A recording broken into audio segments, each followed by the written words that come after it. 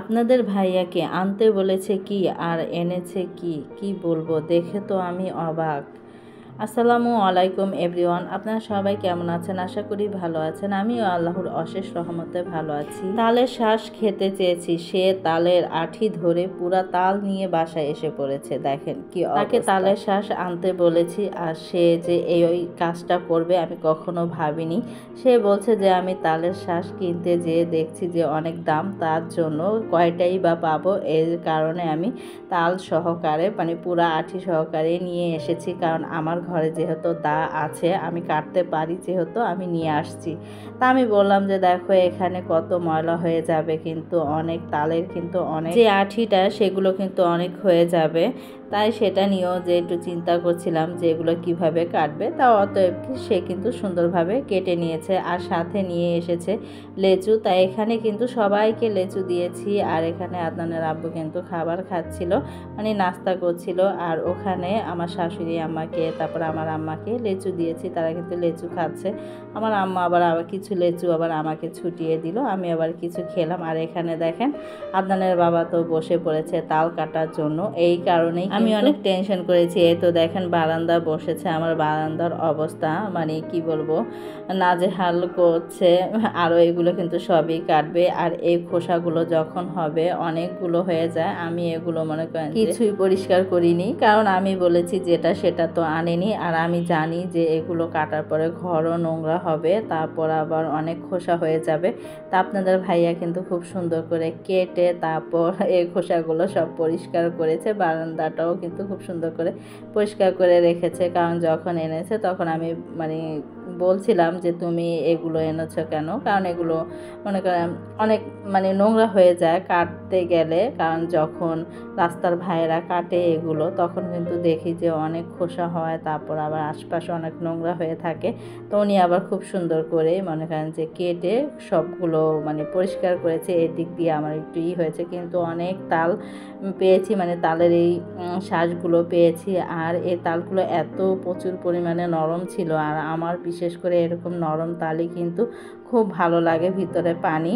তা এই তালগুলো যখন কেটেছিল আদনানের বাবা, অনেক দিন পর কেটেছে, তো গ্রামে থাকতে কিন্তু সচরাচর তাদের তাল গাছ ছিল, তারা কাটতে পারতো, কিন্তু অনেক দিন পরে কেটেছে, তাই একটু মানে থেতো হয়ে গেছে। কিন্তু আর একটা এরকম বড় আর একটা আমার এখানে তালেরই আছে, ওইটা আবার মানে তার পরের দিন কেটেছে, ওটা আমি ভিডিও করিনি। কিন্তু ওই তালগুলো আবার খুব সুন্দরভাবে সে কিন্তু এই শ্বাসগুলো উঠিয়েছে। আর এটা তো প্রথম দিন কাটছে, তাই সে ভালো মতো বুঝতে পারেনি। আর সেগুলো মানে পানি ছিল ভিতরে, খুব সুন্দরভাবে কেটেছে, এত ঘর নোংরা হয়নি। নিচে মানে মানে ন্যাকড়া বিছিয়ে তারপর কেটেছিল। আর তালের শ্বাসগুলো কিন্তু মানে খুব মজা ছিল, খুব মজা করে খেলাম। যেমনই হোক না কেন, মানে বিরক্তি যতই লাগুক না কেন, তারপরে কিন্তু খুব সুন্দরভাবে মনে করেন যে খেতে পেরেছি, এটাই। আর এখানে দেখেন কচু গাছ তো লাগিয়েছি বারান্দায়, মাশাল্লাহ মানে কচু গাছের পাতাগুলো হয়ে ছড়িয়ে ছিটিয়ে যাচ্ছে। আর বারান্দার ভিতরে যদি এরকম হয় তাহলে কিন্তু ভালোই লাগে।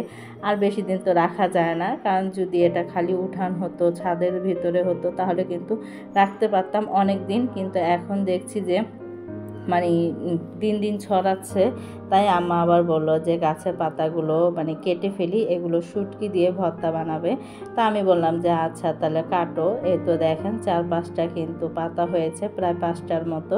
তো এগুলো আম্মা কিন্তু খুব সুন্দর করে কেটে নিল। এইখান থেকে আবার পাতা হবে, কারণ আমি এগুলো বেশি বড় করতে পারবো না, বারান্দার ভিতরে এত বড় করা যায় না, কিন্তু যা হয়েছে আলহামদুলিল্লাহ। আর এই তো দেখছেন না গাছে পাতার ভিতরে ছেটা ছেটা এগুলো বৃষ্টি হয়েছে। তো তা আমাদের এখানে একটা লাইট আছে মানে বড়, সেই লাইটের মানে বাহিরের সাইডে বাড়ি খেয়ে তারপর মনে করেন যে ওই বৃষ্টির মানে পানির সাথে এই ময়লাগুলো এসেছে, এগুলো ধুলে চলে যাবে, মানে কাদা কাদা একটু হয়ে আছে, তাই আম্মা আবার সুন্দর করে পরিষ্কার করে নিচ্ছে। আর এখানে দেখেন আমার প্রত্যেকটা গাছে গোড়ায় মানে পানি দিয়ে দেবো, সাথে আবার পুঁইশাক গাছেও লাগিয়েছি। কতদিন তো আমার মানে বারান্দার গাছে মানে গাছই হতো না বারান্দায়, এখন আবার আলহামদুলিল্লাহ খুব সুন্দরভাবে গাছের পাতাও গজাচ্ছে, গাছও হচ্ছে। হাসনাহেনা ফুল গাছে কিন্তু কলি আসতেছে, দেখে কিন্তু খুব ভালো লাগলো। আর হাসনাহেনা ফুল গাছে মানে ফুলটা যখন ফুটে এত সুন্দর একটা ঘ্রাণ আসে, কি বলবো, আর বারান্দা তো লাগিয়েছি, এটা রুম পর্যন্ত যাবে। আর এখানে প্রত্যেকটা গাছে কিন্তু পানি দিয়ে দিচ্ছিলাম। আর এখন যেহেতু একটু গরম, পানিটা সকালে বিকালে 2 টাইমই দেওয়া লাগে, কিন্তু আমি বিশেষ করে 1 টাইমই দিই, কারণ আমার বারান্দায় একটু রোদটা কম আসে, এই কারণে পানিটা 1 টাইমই দিলে প্রত্যেক দিন বিকেলবেলা দেওয়ার চেষ্টা করি, তাহলেই হয়ে যায় এনাফ। আর মাশাআল্লাহ গাছগুলো দেখতে কিন্তু ভালো লাগছে, প্রত্যেকটা গাছে খুব সুন্দরভাবে বেড়ে উঠছে। আর এই রঙ্গন ফুলের গাছের কথা কি বলবো, প্রত্যেকটা মাথায় মাথায় নতুন করে আগা গজাচ্ছিল, দেখে ভালো লাগলো। ফুল আসবে এটাও তাড়াতাড়ি। আর এখানে দেখেন আমার লাউ গাছ, বারান্দায় আমি লাউ গাছ লাগিয়েছি, এত বড় সাইজ হয়েছে আর এত মোটা মোটা, দেখতেই তো পাচ্ছেন।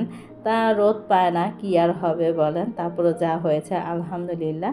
যদি আরও কিছু বাড়ে ডোগাটা তো নিয়ে খেতে পারবো, এটাই একটা শখ। কথাই তো আছে, শখের তোলা 80 টাকা, তা সেমনই অবস্থা আমার, শখ করে লাগিয়েছি, খালাতো বোনদের বাসা থেকে এনেছিলাম তাই লাগিয়েছি। আর এখানে দেখেন আমার শাশুড়ি আম্মা জান খেতে চেয়েছে যে ইলিশ পোলাও খাবে, তাই আমি দুপুরবেলায় বলছিল, পরে আমি তাড়াহুড়া করে কি করব, ঘরে ইলিশ মাছ ছিল, তাই ইলিশ পোলাওটাই তাড়াহুড়া করে রান্না করে দিয়েছি।